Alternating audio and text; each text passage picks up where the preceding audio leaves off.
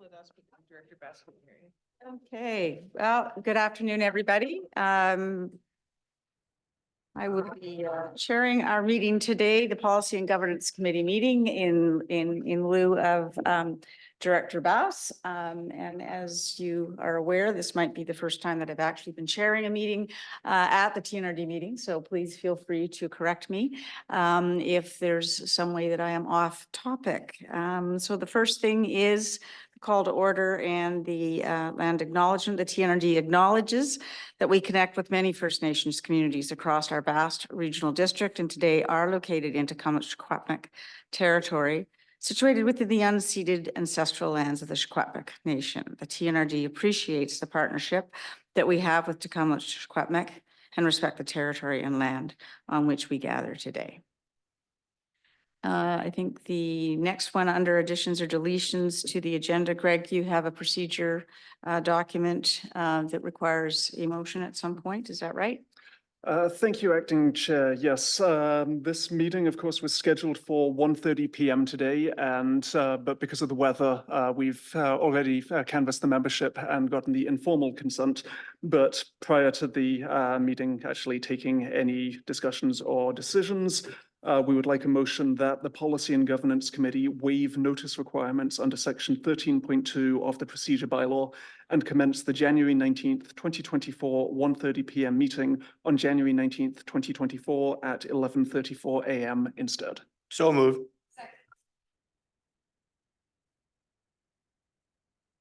Carried. Thank you. We have to vote first. Hmm? We have to vote first. Sorry, go for the vote. All in favor? Opposed, if any? And Director Bass has to verbally give her vote. Right. Director Bass, if you can add your verbal thumbs up, thank you very much. And that is then carried.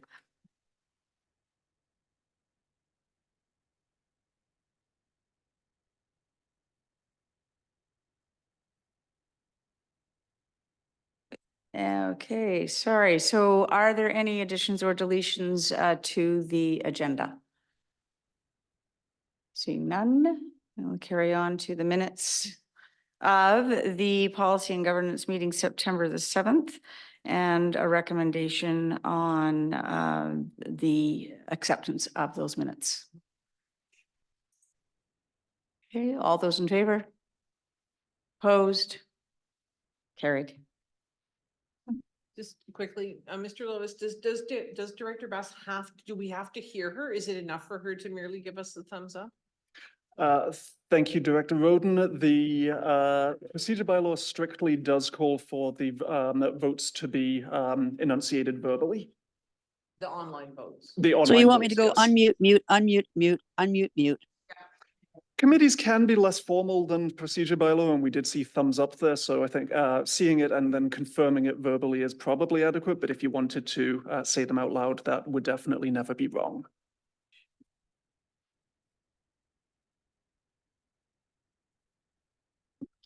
Thank you. Moving on to item 5, which is 5.1 terms of reference review. I believe this is the existing terms of reference and we're seeking input in terms of any changes that you may wish to see.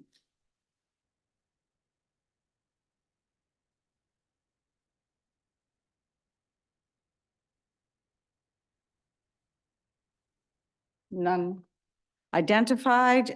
So at this point in time, then there is a question.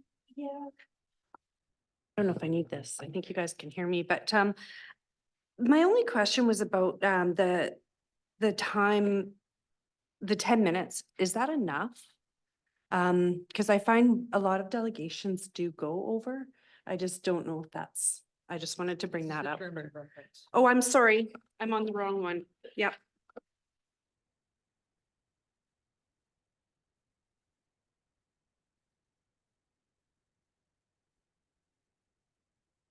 Motion required on that. Then we're moving to item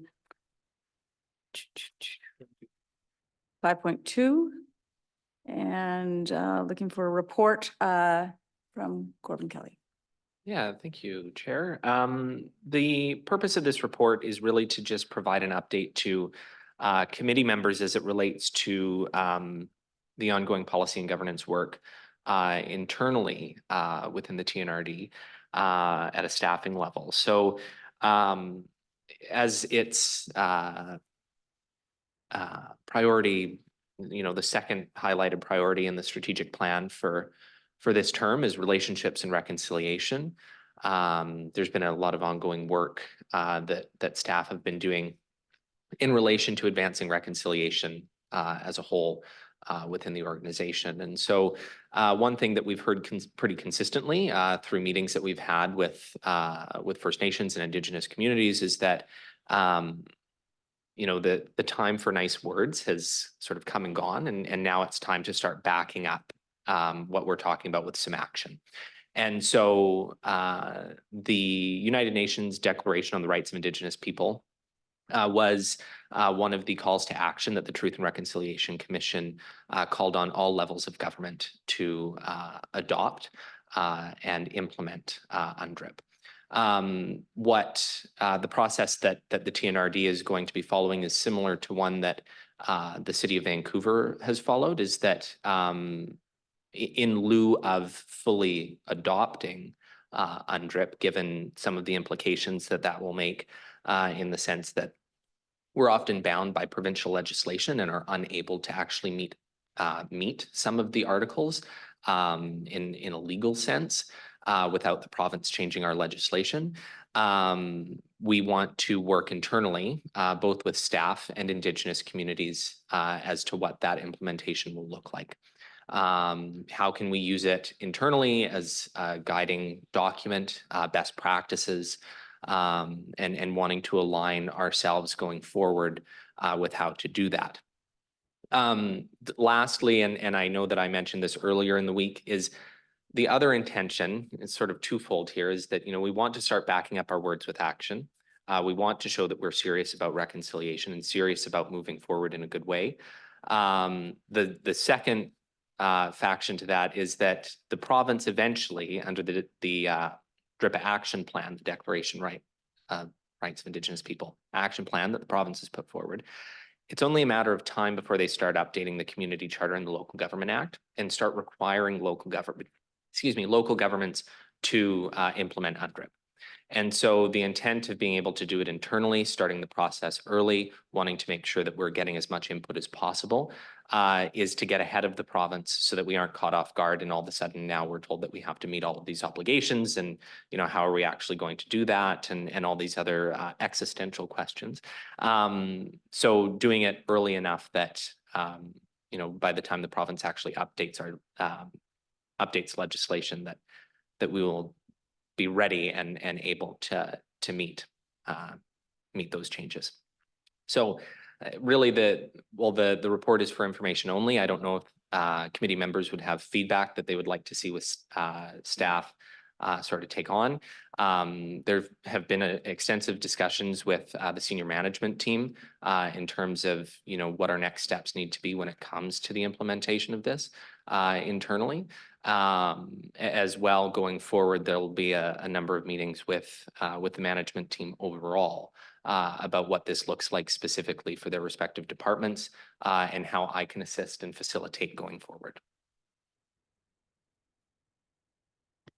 Thank you. Questions, Director Laird? Thank you, Madam Chair. A lot of reconciliation requires consultation. And I was wondering how many of the different bands that you've actually gone out and spoke with around adopting the UN recommendation. Have you been and visited? We have 6 bands in our area. Have you visited any other bands? They actually do have I can't remember whether all 6 bands have a meeting, ability to meet as one. Are you planning on taking and consulting with them before we put it into our TNRD policy? Yeah, thank you. And to answer that question, so the intent of us doing it internally is to start to layer in language that will be appropriate in our policies But yes, we will be meeting, meeting requests have gone out to tribal councils. So the Shuswap Nation Tribal Council, the Nkakatma Tribal Council.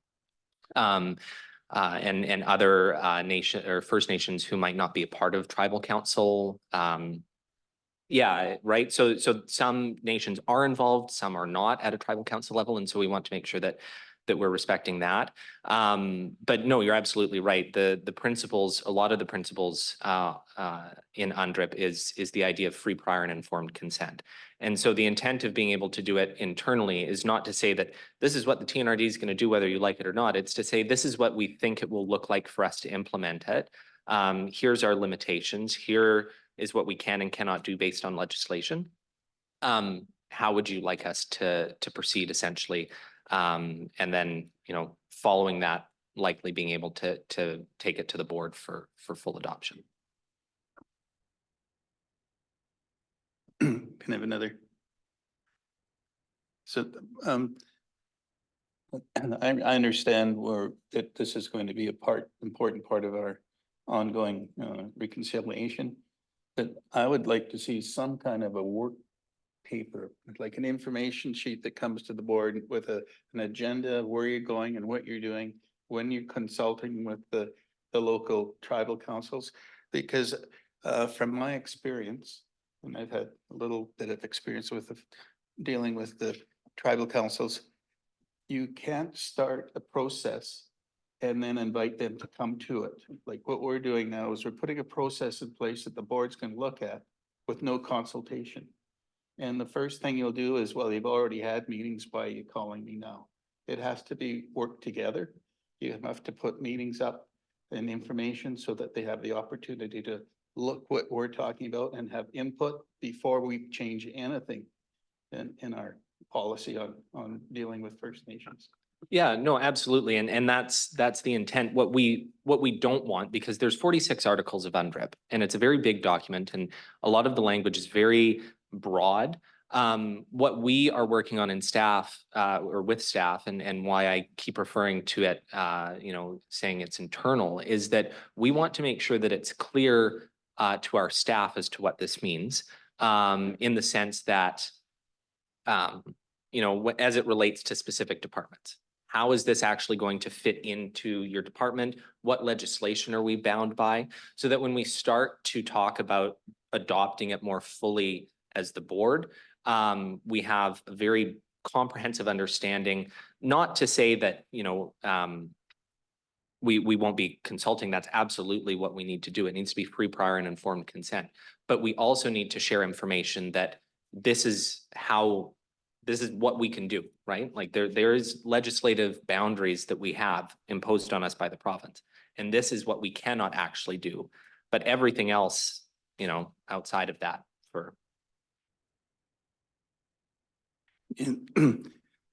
I do have a problem with the fact that we're going forward without even having any discussion with our local tribal councils.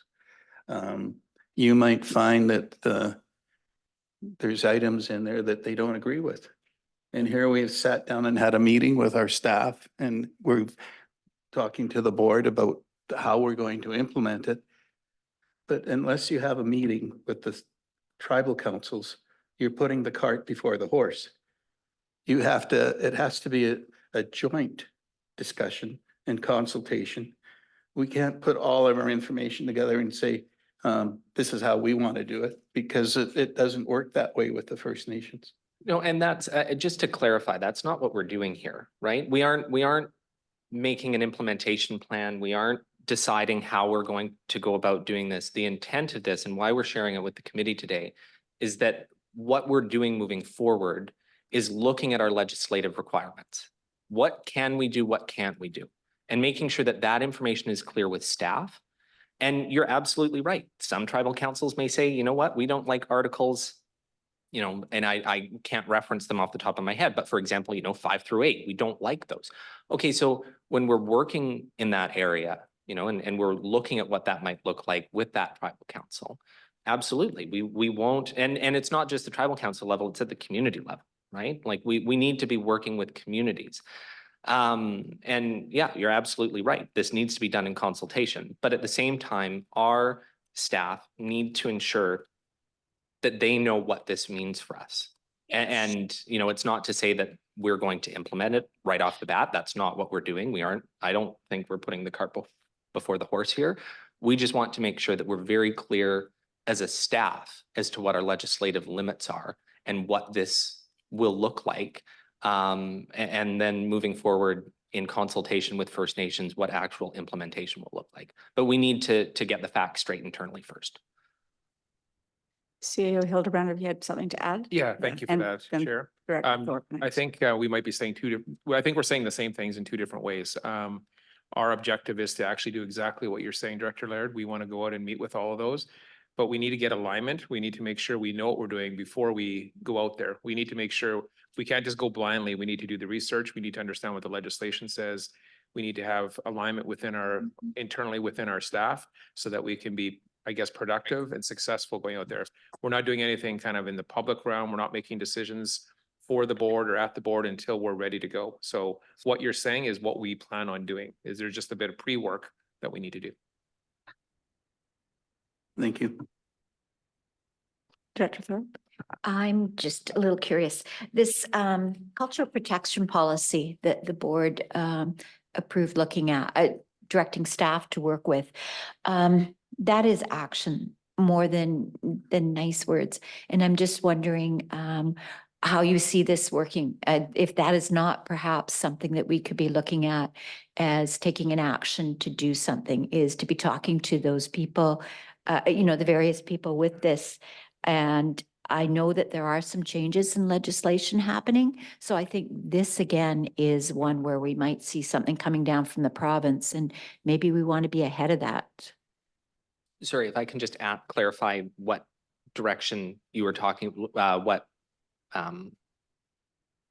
policy you were talking about. I missed the first. We had a notice of motion that we were going to direct staff to work with First Nations to develop a cultural protection policy. Right, sorry, I just missed what policy it was, but I think COO Hildebrand has something. Chair, if I can just comment on that one, it's something that we feel is extremely important. And those conversations will be part of this this initial engagement when we meet with the First Nations and with the tribal councils. We need to have that discussion with them, but it is our intent to fully comply with that. But in that notice of motion, I remember in our conversations that we know it's going to take a kind of a multiple year approach, but it's certainly going to be part of our initial conversations to get the ball running, and we'll be able to provide kind of progress against that as we meet with 25 First Nations in our region. Supplemental? Okay, awesome. So then when you're looking at this UNDRIP and you're doing a report, letting us know where you're at with the UNDRIP, you could perhaps let us know where we're getting with the cultural protection, because I know it's going to take years. I just think it's really, we want to get ahead of that ball. We can certainly do that. Thank you. I can see putting together the cultural policy. What it will do is it'll give us the ability as area directors and staff, when we're talking about culture in their communities, to actually go and sit down with the elders, because they're basically the ones who you're going to meet with, because they carry all that history and culture. It's not written down anywhere that I'm aware of.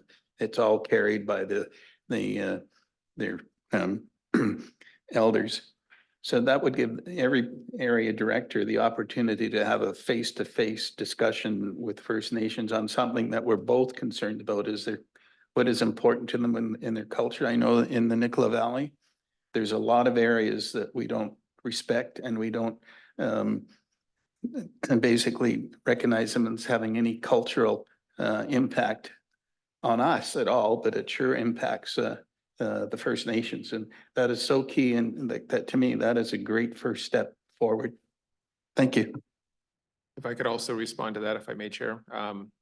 That is part of the groundwork that we're working on, because I do agree with you. That is an important key step. As we move to C2C, community to community meetings, that would certainly be a topic within there. So all this work that we're doing ahead is in preparation for those formal board community to community we're gonna split it up. We're gonna need to split it up into regions based on the 25 and figure out which First Nations and which electoral areas and which municipalities kind of should be there. So we've done some of that work already, and we're trying to do it in a very strategic way, because we unfortunately can't get 25 First Nations in one room and try to come up with a solution with all of our boards. So we're trying to do it strategically, and this is the, I guess, the pre-work and the groundwork that we're doing ahead of time. Director Stamen? Yeah, thanks, Madam Chair. Yeah, I agree with what Corbin is talking about legislatively. You know, with the district, it goes back to pre-COVID, when we originally had a memorandum of understanding with some First Nations, and then there was a request to update it, and we went from basically a one-page document to an ask that was about this thick. And as soon as we started going through the document, we realized that there was a lot of limitations put on us by legislation and the charter that we couldn't agree to, even if we wanted to in the first place. So my question is, where are we in the TNRD's signing with the MOU with Valemount, Clearwater, Barrier and SIMP? Because that's very important to SIMP going forward. That'll probably be still penciled in for this spring. Once the snow is gone, we're not entirely sure where the location will be. It'll be up to SIMP to decide. It might even be on the borders of Alberta and BC. We're not sure where that is going to happen, and it will be historic in as much of, you know, basically an entire valley signing a memorandum of understanding, including the Thompson-Nicola Regional District, because they're a big part of it. So where are we at in staff looking at that MOU that is being circulated through the districts and SIMP, and using that possibly as a template going forward, knowing that each individual band has certain, what's a good word for it? Not necessarily differences, but different ways of looking at things, but using that as a template going forward as a TNRD with our other remaining bands within our district boundaries. Yeah, and if I'll answer that. So there's the community to community forum that's being hosted in Clearwater in March, right? And that the TNRD has been invited to that. Staff also has regular working groups on a monthly basis with staff from SIMC. So the conversation of an MOU, whether it's jointly or individually between SIMC and the TNRD, is always a topic of conversation, and we're actually meeting next week to discuss that further. So further to that, are they alluding to the fact that they would rather be separate signatures to the MOU that we are signing together as municipalities? Or is it looking like they would like to be having that memorandum of understanding signed with everybody at the same time? That topic specifically in terms of whether it's a joint MOU or one-off. I don't want to say one-off, but that it's an MOU that just outlines the relationship. I guess it's more of a protocol agreement is what we're discussing with SIMC. So to sort of clear some confusion there, it's more the agreement that we're working on independently with SIMC is a protocol agreement in terms of this is what our relationship individually will look like. And then the question around jointly working with the other municipalities in the valley has not been a topic of conversation at the working group yet. But that is absolutely something that we will want to be discussing further, because I think it's important that, you know, all of the partners in that valley work together. And if the TNRD is invited to do that, great. And we also want to ensure that our protocol and the way that we interact with SIMC individually as a regional district is outlined clearly. I also wanted to just add, we do want to follow your lead. We think there's been a lot of good work done there. So, and I think signing along with the municipalities also sends a big message.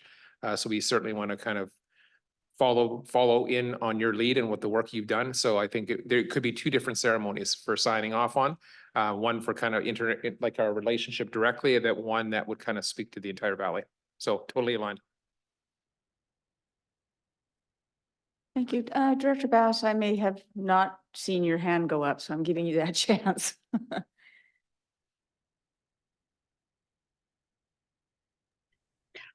Yeah, what I was going to say basically has been said, but when I brought this forward last term, it was with the understanding that the government's at some point going to tell us we have to do this. And I had just hoped that the biggest step we would take beyond the hiring of Corbin to take on some of this work would be just to get our staff to understand where we might be going. That's all. So while, and one of the issues here I think we have is that some of the people on the board are more familiar with working with the First Nations than perhaps some of our staff are who might have to start doing that. So all of this stuff's going to happen. I never envisioned it happening quickly, other than what's just been discussed now. That's just the genesis of where this came from. It was just in anticipation of UNDRIP being told to start doing DRIPA. And if you ignore my hand, I'll start yelling at you.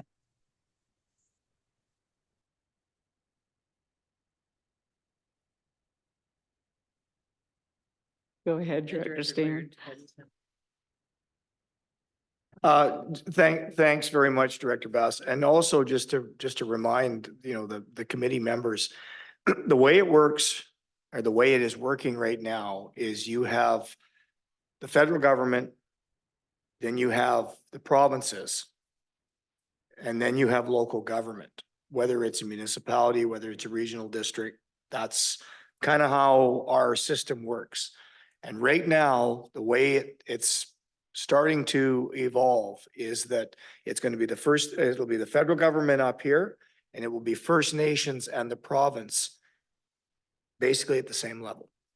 So that's where the challenges are going to end up coming into play, because we've always regarded, our First Nations as similar to municipality, whether they call it a nation or they call it a band, they're kind of at the same level as, let's say, whether it's a municipality or something like that.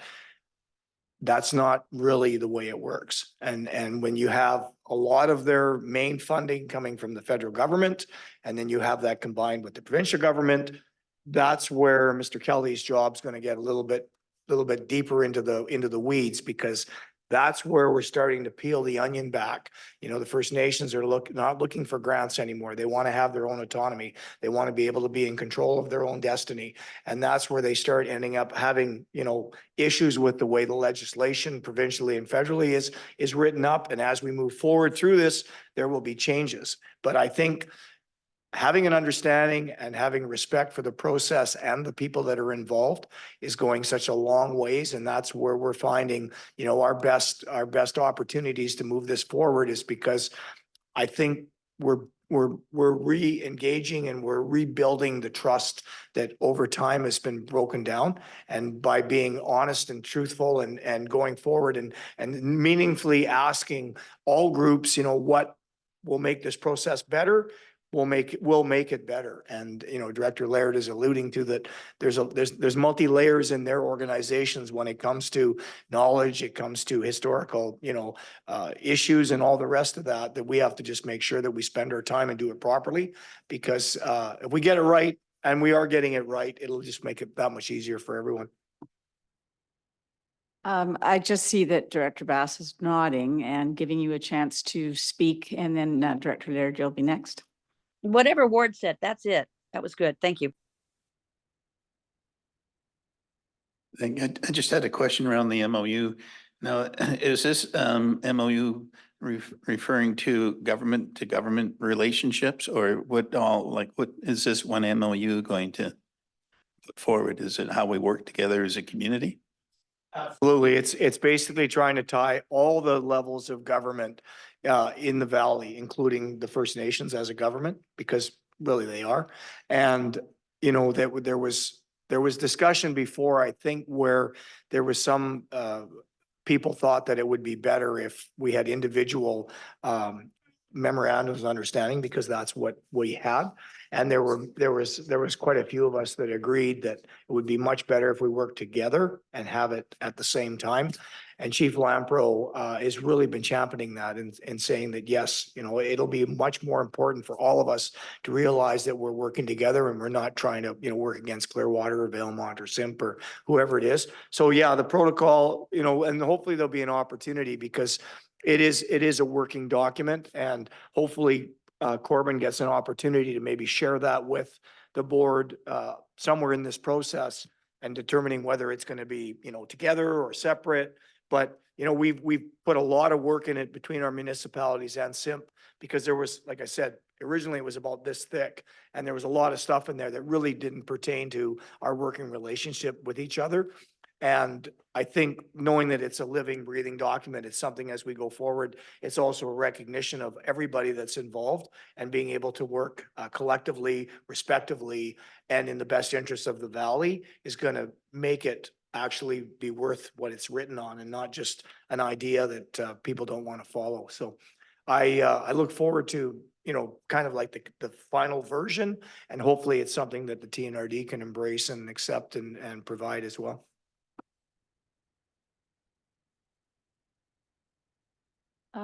Thank you.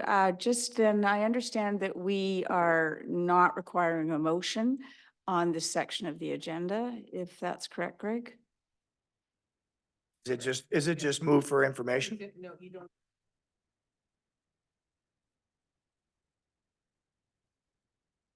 All right, that moves us to item 5.3. And I believe that, Greg, you've got comments to be made. Thank you, Acting Chair. I have approximately 200 tabs open and I'm trying to find the one with this agenda item on. The proposed policy, of course, goes to the how delegations are treated at the TNID board. So the procedure bylaw at the moment, it lays out in section 15 some very general rules about delegations.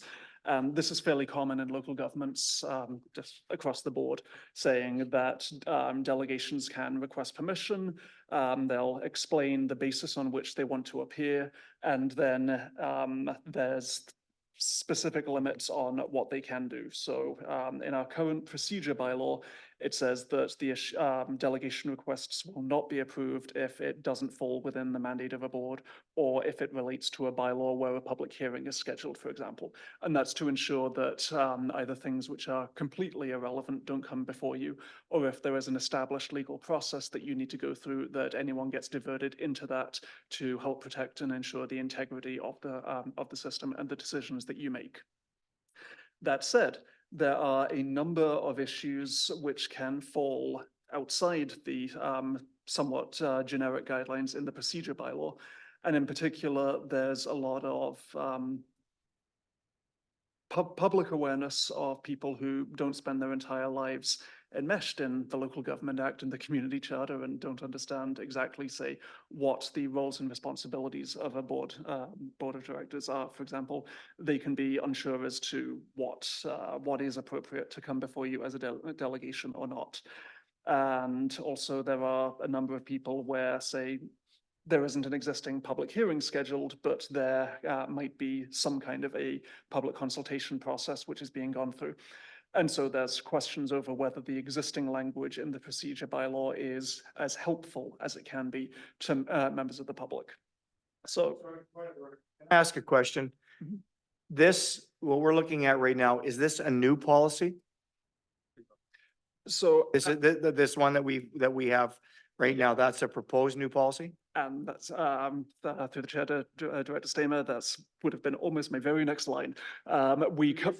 The reason I'm asking this question, and Yeah. I've asked for this in the past and we don't have time today. But is it possible that when we are re-looking at these types of policies, that it can be highlighted on where the changes are made? Mhm. In other words, making it easier for yourself and the policy committee and anybody else to know where the changes have been made from the existing policy to the new policy, whether it's 10 minutes, 15 minutes, 2 delegates instead of 3 delegates. Is that a possibility going forward, Mr. Lois, that we can actually have that? So that we can, when we go through it ahead of time, we can say, okay, this was an item that needed to be changed, or, okay, why did you change this? Is that something that would be beneficial to the committee and yourself? So as matters stand, and so this is where I was just getting to, the existing delegation matters are dealt with solely in the procedure bylaw. This is a new policy which is coming before you for the consideration for the first time, which is expanding upon those rules in an effort to give people more guidance and a better idea of how they will be treated, so that there is more public transparency and understanding of the rules that will be applied to them. If we are bringing forward proposed amendments to policies, then yes, I would expect to provide you with either a redlined version or something very clear to explain this. These are the bits which are being taken out or being added in. But at this point, this entire policy would be read if it was done on that basis, because I say it is an entirely new policy. At the moment, you have about 4 lines in the procedure bylaw, and then this is a new 5 pages to be added into that.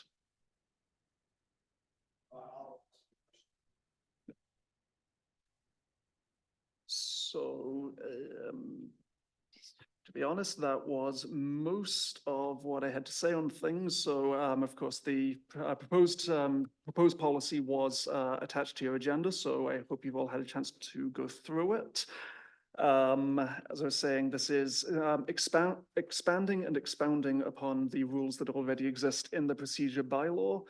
And if you have comments or thoughts, then we would be very happy to hear them. The only advice I would give you, and this was why I was going fairly hard on, the existing rules come from the procedure bylaw, is that if you do want any changes to the policy which would go against the procedure bylaw, we would need to amend that bylaw. And amending a procedure bylaw is a slightly more onerous process, which requires public notice in order to go through it. So actually, if I may deal with one of the things which was mentioned very briefly earlier, because I'm sure that will be a discussion. The item 17, all presentations shall be limited to 10 minutes. 10 minutes. That is also a rule in the procedure bylaw. So if you did want to change that, then although the bylaw does also allow for a chair to give extra time for questions, and if there's also wide consent that a presentation is, say, very interesting and useful, then we probably wouldn't be applying a very strict guillotine to it. But that is a existing rule in the procedure bylaw that would require a bylaw amendment if you want that changed. Thank you. And Director Seymour, you had another comment? Thanks very much. I'm glad we're chatting with because thank you for the clarification on the flexibility with the chair, because I think that's important. But I think I'd like to see the delegation number go from 2 to 3. And I'll use yesterday's White Crane as an example, is that I thought that was a very respectful delegation that we were able to have here. And as you notice, there was 3. And part of that was because of the additional assistance that was needed for the people that were there. So I don't think, we're not really coloring outside the lines if we make the delegation go from 2 to 3, because, we can always say, there's more people that could actually be here. Are we talking about just allowing 2 people to speak? I'm sorry. No. 2 delegations, 2 Yeah. separate delegations per meeting. The- Yesterday. Oh, I see. I'm sorry. Okay. I'm sorry. That could I'm be- misreading it. I'm thinking it's the total amount of people that can be here, because No. I mean, you can have a public meeting and there could be 10 or 15 people. For I'm sorry, absolute- it's only 2 delegations per meeting. I'm sorry. For absolute clarity, Director, through the chair, a single delegation could be made up of anything between 1 or dozens of people, as long as they stuck to the time limit in question. The 2 delegations refers to 2 different groups or organizations or whatever appearing on separate topics.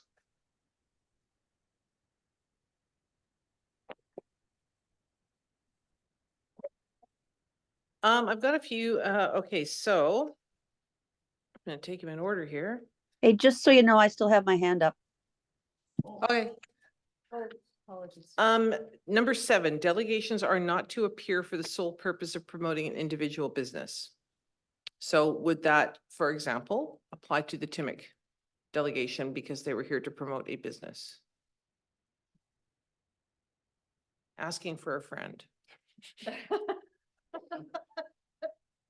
As we noted, if the policy were adopted, then this would strengthen the provisions which would allow us to note that if people are, if there is a existing public consultation or amendment process of some type planned, this would allow us to more easily funnel them into that and emphasize that under the policy, a delegation wasn't an entirely appropriate way of doing things.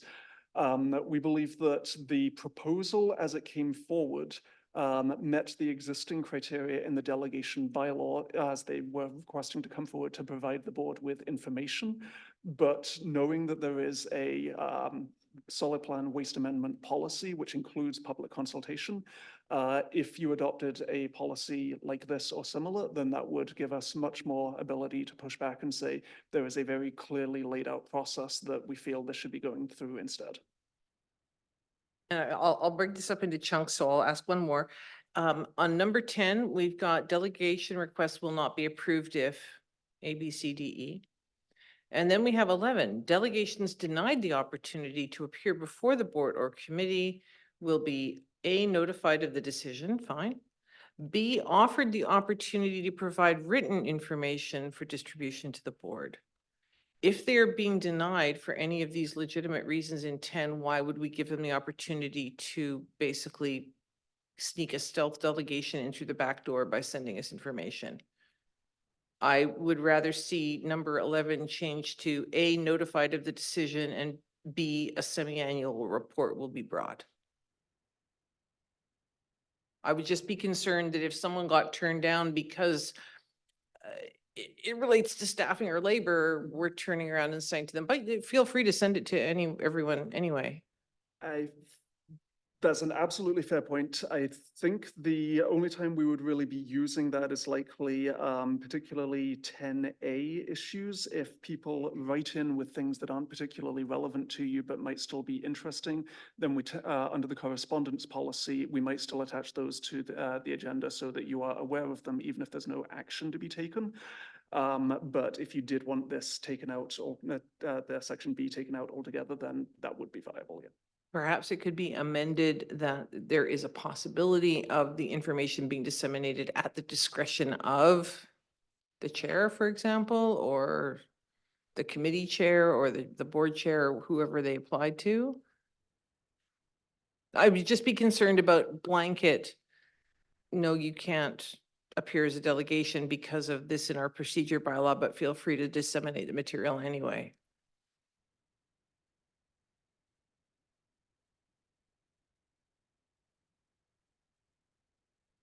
And Director Bass? Two things then. On that point, I just would like to clarification on whether we have the ability or the right to refuse any member of the public to send us anything. I mean, we get at council, we get emails on everything, and even from delegations that have been denied because we're a public body and we have the right, people have the right to contact us. That's number one.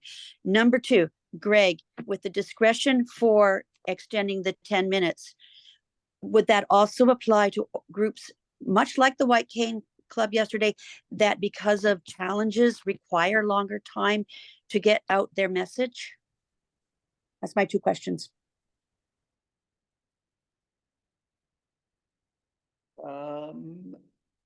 Sorry. If the, so under the ability to reject things, under the correspondence policy, as you correctly note, Director Bass, if people write to you, there is nothing that we can do in order to stop anyone from writing, nor would we attempt to do so. However, just because somebody has written into the TNRD does not mean that we necessarily place an item on an agenda for the information of the board. So there is that slight distinction there that I would say would always be in play. And then as regarding extending time periods, if that would necessary in order to get a message across, then we have the current wording of additional time may be available at the discretion of the chair for answering questions from board members. Then this committee may wish to recommend the simple deletion of the last few words in there to say that additional time may be available at the discretion of the chair. Okay, then just a supplementary here. we get a lot of stuff sent to us that never makes it onto the agenda. So I don't see an issue with the concern that Chair Roden's making, because anybody can send us anything. And you guys can do exactly what I do with some of my council emails, which is just hit delete or file. Anyhow, thank you for your responses.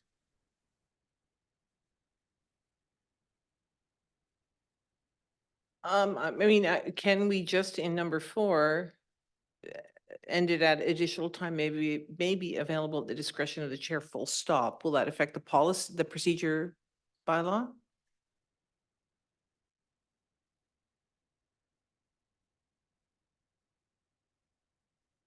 And then the supplemental or corollary to that is under invited presentations, number 17, we have all presentations shall be limited to 10 minutes unless a longer period is approved by a majority vote of the board.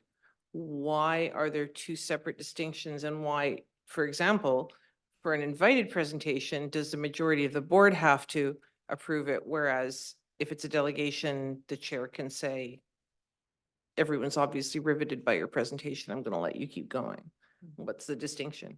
Director Roden, that distinction is in there because it is directly quoting from the procedure bylaw. So if you wish to change that, then there may be very good reasons to do so. But we would, both of those sections are directly quoting from sections 15 and 16 of the procedure bylaw.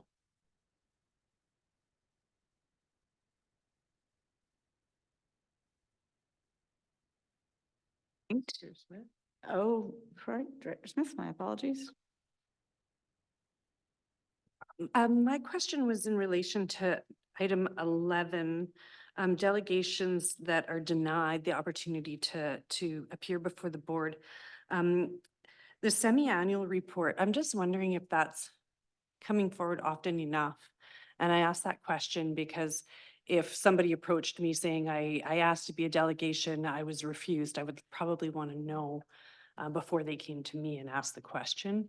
So I just wanted to raise that just as a question, if that's often enough. Thank you, Director Smith, through the chair. I don't believe that we very frequently reject these delegations, which means that, my deputy is advising she doesn't think we've ever rejected anyone to date. That would, again, this is in the procedure bylaw that it's a semi-annual document, and I don't think you've ever needed to see that document because we don't do it. We don't reject people at this point. So again, if you did want that to be done more regularly, then that would be a procedure bylaw change. I can conceive of if we were regularly rejecting people, you might certainly want to know that more frequently, but at the current frequency, it simply hasn't been an issue to date. That's good enough for me. Thank you. Just an observation, if, for example, a delegation from Logan Lake or specific to one particular area happened to be rejected, then it would be easy enough to reach out to the individual director, whether it's an EA director or municipal director, and just say, by the way, XYZ group from Logan Lake, from 70 Mile, from wherever, has been rejected for this reason, so that then you're equipped with that information if they come knocking on your door. And Director Stamer, I believe you were next. And then Laird. Thank you, Mr. Chair. So on number 13, where it says that we will not allow a substitution. But is it in past, have we ever had a logjam where we have 3 delegations and if one drops off, the second one could have appeared? Has that ever occurred? Again, we're giving them at least a month's notice to appear. Is that something that needs to be in there, or what's the process? Director Stamer, through the chair. I'm not sure how many times that would have been an issue. I can tell you, I think our biggest challenge in managing delegation workload are the number of ones who they'll come in on, say, a Thursday afternoon and say, I understand the board are meeting next Thursday, I would like to present. And that doesn't give us really the time to do agenda management of assessing what is it that you're wanting to present on. Is this within the remit of the board? Is this the appropriate time for it to happen? So that's our biggest, I think our biggest single concern would be if we had two delegations scheduled and one dropped out fairly close to the meeting, then a third came to us and said, I understand there's a gap now, can I come forward? That would cause then potentially those logistical issues around agenda dispatch and management. We're aware that we don't always get them out as early as you would like anyway, and particularly wouldn't want to take on commit to risking those being later than they currently are. Yeah, fair enough. I mean, honestly, if we really thought it was an issue, they would have to be properly vetted and they'd have to still give you a month's notice to do it. I guess my other question is to staff is, there's nothing, if I'm, let's say I'm Joe Public and I want to bring a delegation to the board and I'm told that it's going to take a month to get here, there's still an opportunity as me as a member of the public to bring something to the attention of the board without a delegation, correct? So if I thought it was serious enough that I want to get this on the agenda, you tell me that, and I'm saying you, but I am told that, I'm sorry, we're already booked up for the next month. You won't be able to participate for 2 months. Just saying, then there's still a way for that individual or that organization to do it individually by bringing it to our attention when we get a question period, correct? Yes? If it's on the agenda. So through the chair to Director Stamer, there are a number of ways that items can come onto an agenda. So if, for example, it was 2 months in advance and then a vacancy appeared, we wouldn't just immediately tell a new applicant, sorry, there was somebody who took this spot a month ago, you can't be on an agenda that won't be dispatched for another 2 months. That would be ridiculous. So we wouldn't interpret it that strictly. But if there were, for whatever reason, the entire agenda was booked up and delegations were unable to present at a given meeting, they can always contact the relevant director, say their local director individually. They could write to the entire board. Any letters that they provide can be dealt with under the correspondence policy. Directors can make notices of motion. You have the opportunity to bring up things that refer to your specific electoral areas. So there are a number of ways that things can get onto the agenda. The delegations category is essentially an opportunity for outside organizations to say that even though something is not on our radar, is not currently listed as something that we believe is an issue, that as public, they believe it matters and they're requesting to explicitly have a spot. And so that's what we provide to them, but it's not the only way they can get to you, no.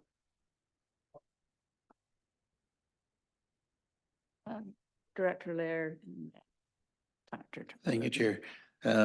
Director Roden's comments about if there's been a delegation declined and it's in your area, I think it's important that do we need a line in to say that if a delegation has come before staff and they've been turned down, that the area director is informed that the delegation came forward and has been turned down? Otherwise, somebody in my area might say that, well, I got a hold of the staff and they say I can't make a presentation. And does that need to be put in our policy? Just a question.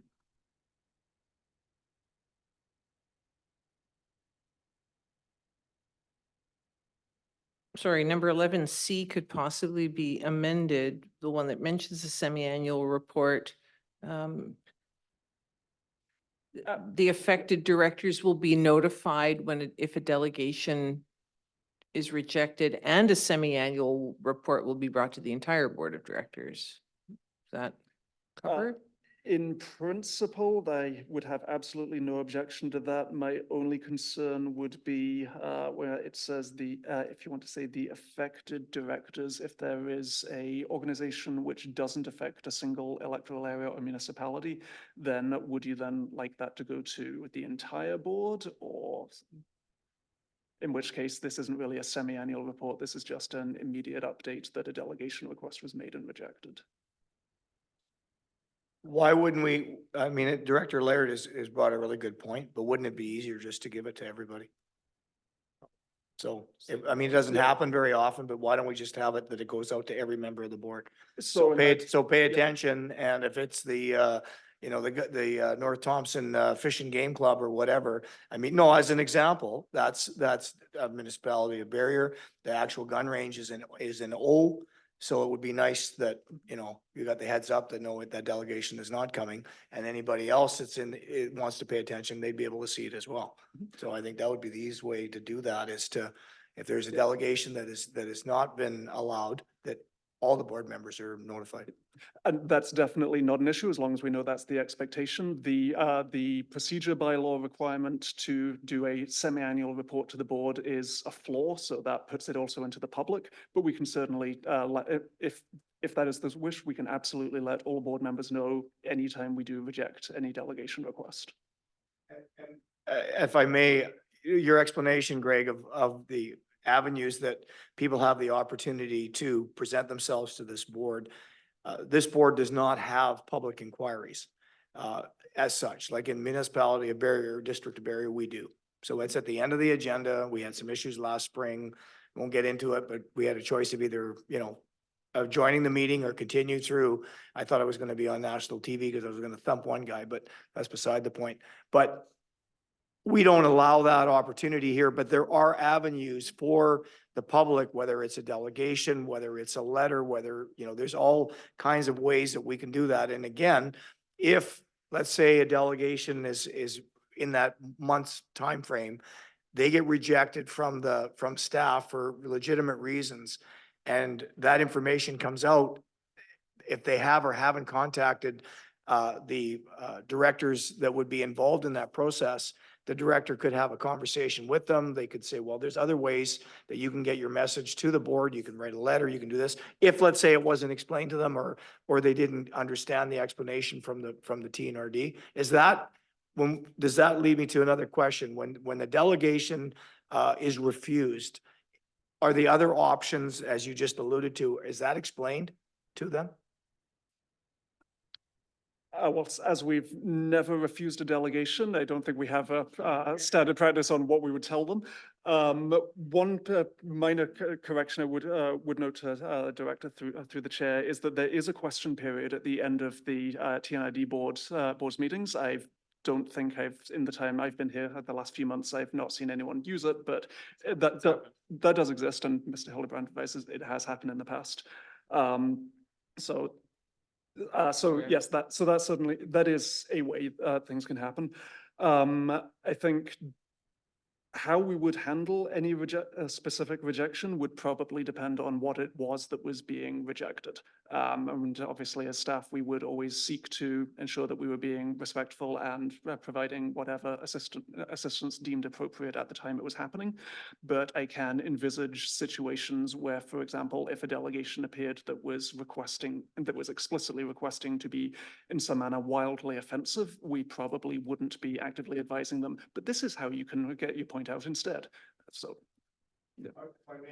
And thanks, because I think we're well aware of some of the issues that we've had recently with our delegations, and some of the legal ramifications that could or could not come out of those discussions.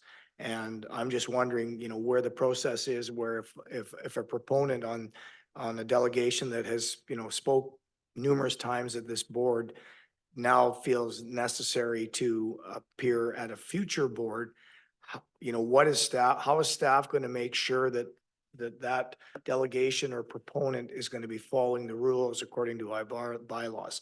Similar to what we sort of had yesterday, in as much as that, you know, there was a discussion on the parameters of what was going to be presented, and it seemed like there was going to be additional information that was going to be made available to the board, which may or may not be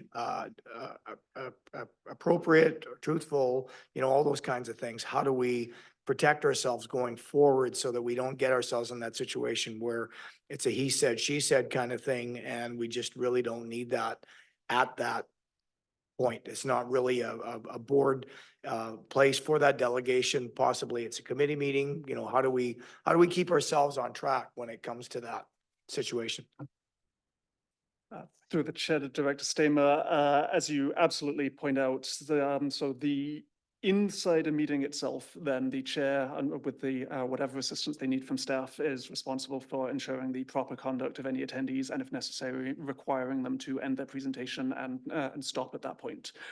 If there was someone who was coming forward and to take, for example, a rezoning application, if there was someone who wanted to appear as a delegation to speak to that, then we would simply inform them, and as I say, this has never happened, but we would then simply inform them, this is not the appropriate thing. There is a public hearing scheduled. That is a legal process that you need to go through.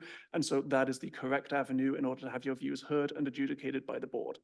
So that's the kind of thing where we could very easily push them into the correct thing and ensure that you are properly protected. And if, for example, I think you're all very well aware that if there is a, say, land use application and people contact you outside the public hearing process, that you need to advise them as well to go through that hearing process. So all the information is available to all board members when you make the decisions. And similarly, we would seek to deal with any delegations that were requested in that same manner of identifying, is this something where there is a proper process you can go through, in which case we'll help provide you with that, or is this something which is simply completely inappropriate, in which case we wouldn't be telling them about a procedure that didn't exist.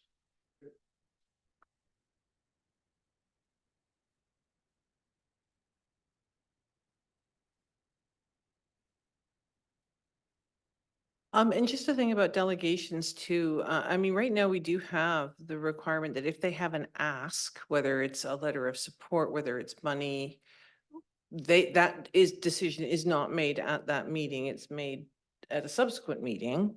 When it comes as a piece of new business or unfinished business. I'm not sure which, unfinished, I guess. So really, if someone is like the White Cane Club, they were not asking us for anything. They simply wanted an opportunity to present. And I think if someone approaches staff and is told, well, yes, you can appear as a delegation, but it's going to be 3 months before we can get you on, staff would be able to assess, well, why are they asking to appear before us? Do they just want to give us information? In which case, probably waiting 3 months is, it's a pain for them, but it's not going to harm. If they do have an ask though, then staff would be able to advise at that time, okay, well, we see that you want a letter of support for this. You are looking for whatever, here are other avenues, because otherwise it is going to be 3 months and the letter might be time sensitive. So. Yes.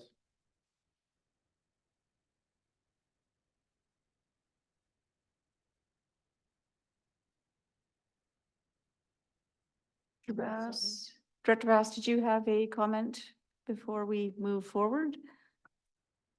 I'm good. You're good. Yes, Yep. we know that. Thank you. I think at that point then, my understanding, and correct me of course if I'm wrong, is that we have been asked to accept the presentation, the board delegation policy, and move this forward for approval to the next Board of Directors meeting. Is that correct? Thank you. Acting Chair, one thing I would like to note, you did discuss as a committee a desire to change at least one clause, that noting the distribution of any written information would be at the discretion of the chair. We might suggest that be chair and corporate officer. And so whether you want to move the report as the text is in front of you, or if you want to do that as amended, like by that. Okay. Motion is coming from. Put the mic on. I think, as Director Simon mentioned, was one of the problems that we have as a board is knowing what has changed and what hasn't.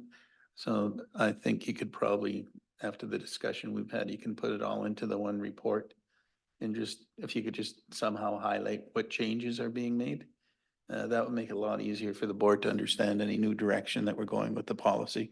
That was quite a good point, because I read through all this and I was having a problem deciding whether I knew a lot of it was already in our delegation policy, but I couldn't tell what was new and what wasn't. So that would make a difference. And so when it's presented to the board, if we could have it just highlighted as to what the changes are compared to what were, that would make it easy. Thank you. So that is your motion then. And my question then, do we need a second on this type of a forwarding motion? Yes, so looking for a second, please. I'll second that. Thank you.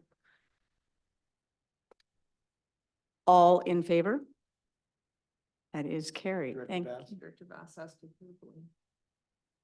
Oh, Director Bass has to verbally say in favor, correct? She just smacked, I think she just smacked the camera. Well, she couldn't reach She me, just so. smacked- I'm sorry, I'm trying to do city work while you guys are doing stuff, which I shouldn't be doing, but it's important. It's a shelter closing tonight.